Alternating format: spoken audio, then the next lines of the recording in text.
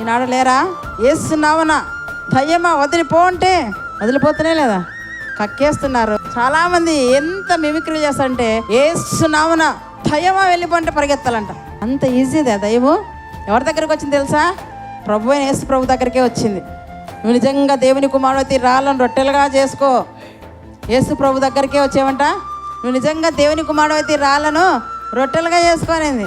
మన వాళ్ళు ఏంటంటే ఈజీగా అపవిత్రాత్మ దురాత్మ వెళ్ళగొట్టే విధానం మీరు చూసినట్లయితే నవ్వు వస్తుంది.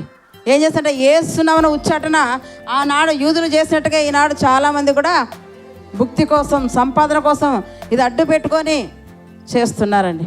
కానీ ఇలాంటి వాటికి మనం ఏం చేయాలంట? విముఖుడుగా దూరంగా ఉండాలంట. ప్రభు ఏం చెప్పాడు? దయ్యాలు వెళ్ళగొట్టమని చెప్పాడా? వాక్యం ప్రకటించమని చెప్పాడా?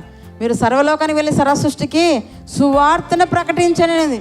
అదే అద్భుతాలు చేసేవారు, దయ్యాలు వెళ్ళగొట్టేవారు, మహత్కార్యం చేసేవారు వచ్చి ప్రభువా ప్రభువా అని అంటుంటే అక్రమం చేయు వారులారా నా యొద్ద నుండి తొలగిపోవడం అంటున్నాడు. వాళ్ళు చేసిన క్రమమే కదా.